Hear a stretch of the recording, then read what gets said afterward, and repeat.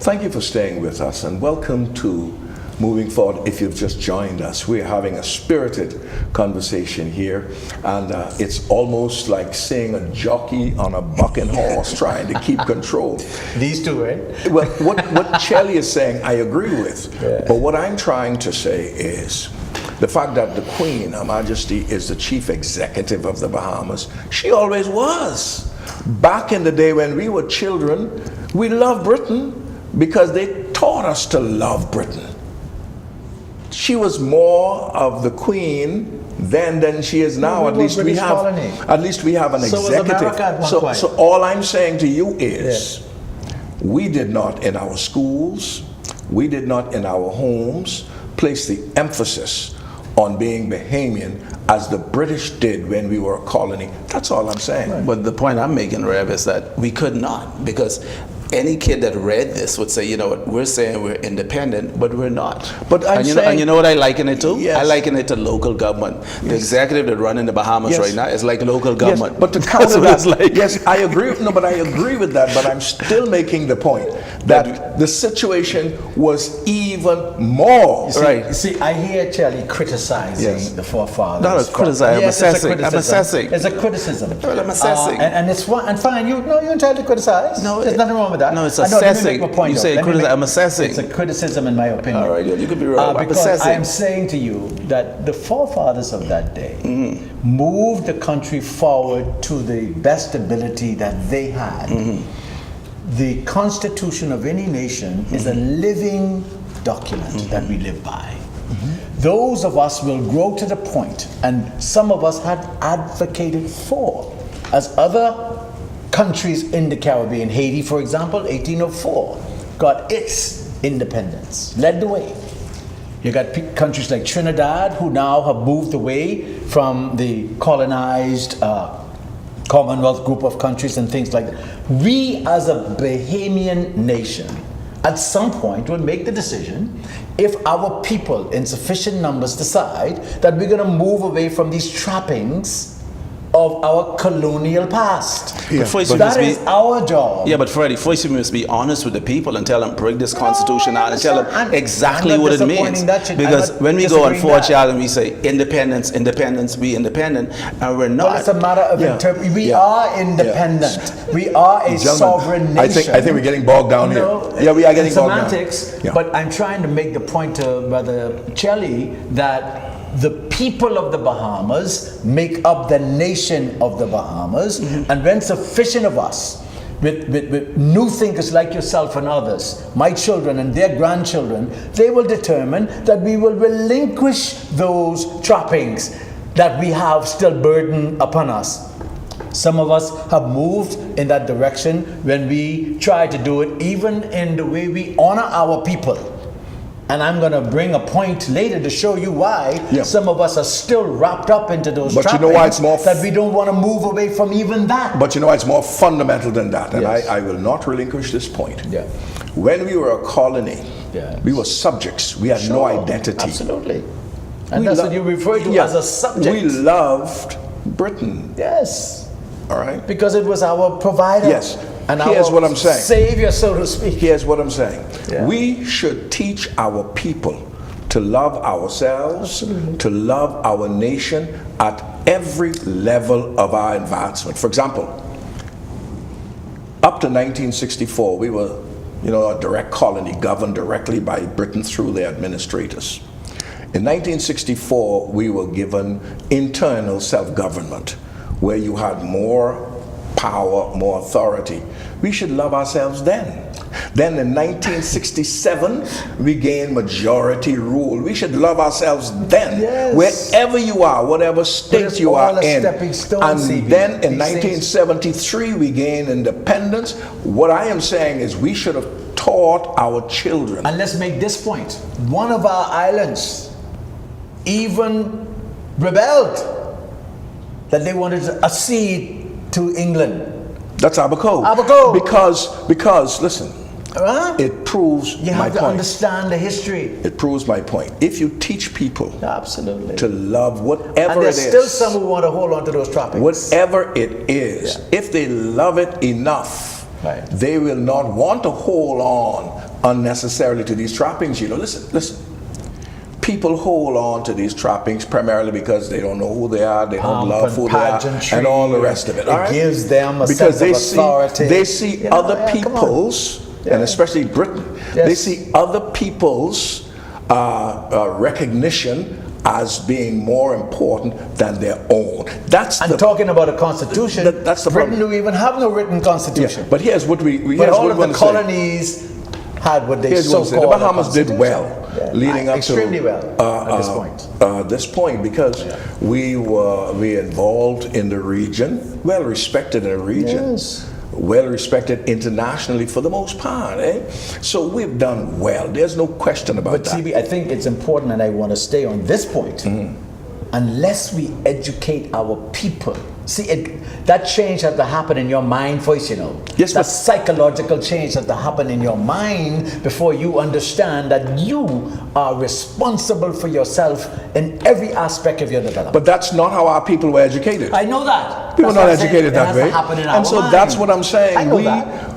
We failed in the educating of our people. The holistic education. Fundamentally. Not the academics. Fundamentally. Now, we can change the that. history. We can change that. Who you are, why you are the way we... I remember vividly, as a member of the National Heroes Committee, asking a very prominent Minister of Education, when you teach us about our people, 85% of whom are of African descent, there is no curricula, no course in your curricula that teaches about the royalty and the majesty of Africa.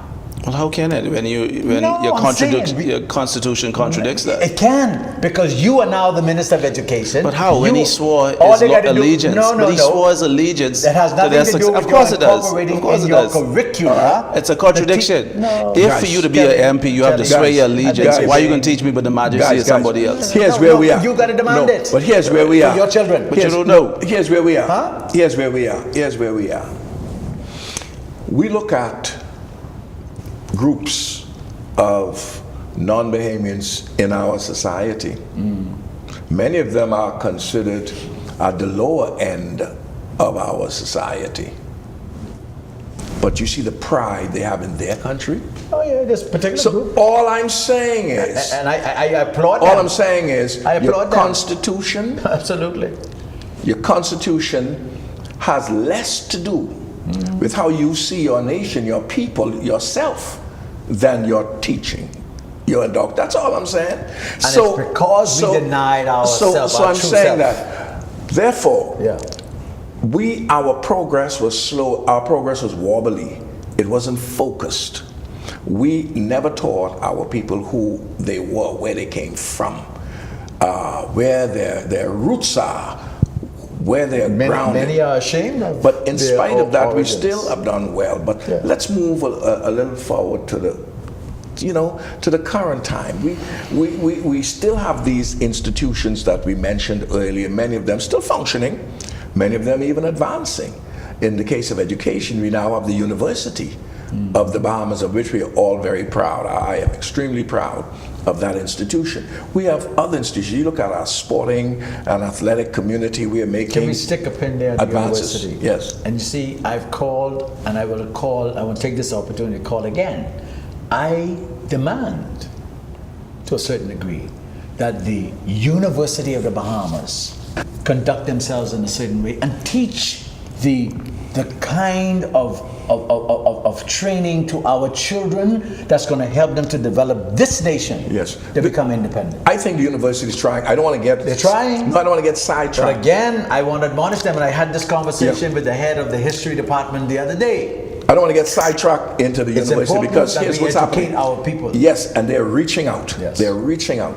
You'll recall perhaps at the official naming of the street at the front of the university, the president made some comments along those same lines, and they're doing it. For example, the University of the Bahamas. People have to drive that. Yeah, no, it's happening. It can't be left up to them. No, Freddie. We are driving them on this program and on many of our other programs. We talked about reaching out to the university, and the president acceded to our request for a partnership Yes. with the Bain Grants Town Advancement Association to celebrate this upcoming Emancipation Day in August. We're having a lecture series. I don't want to get ahead of myself with this because it's not been formally announced yet. We're having a lecture series, and the university, through Dr. Chris Curry, That's correct. the president, spoke to me directly, said, I'm assigning Professor Curry to coordinate with you and do whatever needs to be done. So, I mean, they're trying. And So- Professor Curry is reaching out. Yeah, I can so- attest to that because yeah. he is the person Yeah. I had the conversation with. Yeah, so- but we, the civil society, Yeah.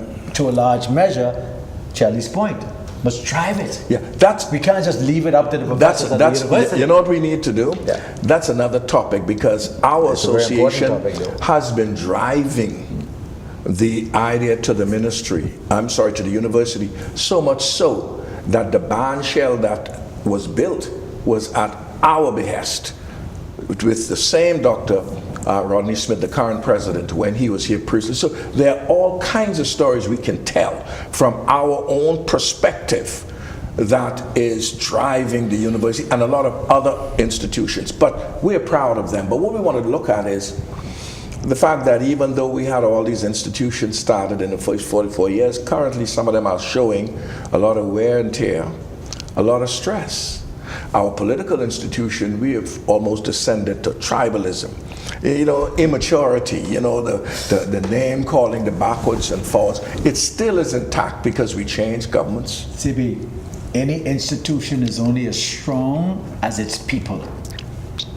And wherever we are falling down, it's because the people who are involved with the movement of the institution are falling down. Yes. And the responsibility have to revert back to our people, But what us, we're going all to of do- us together, Yeah, but collectively, what the people because we need to allow do- them to a do lot it. of our people, Yes. especially the ordinary Bahamian, Yes. are not in possession of a lot of the information. And so we There need you to go. break this down. And that's There the you point go. I'm going to There make. you go. We look at the various institutions. Tourism is stagnant.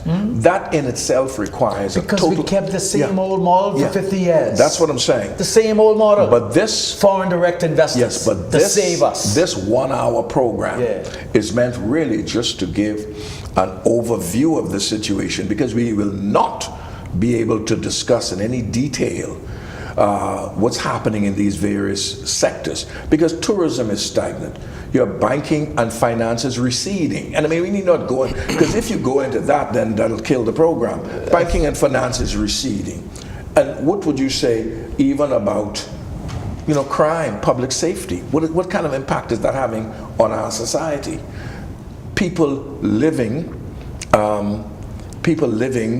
as if we are adversaries in this very small society. We're going to come back to that after this quick break. Only love can save us now.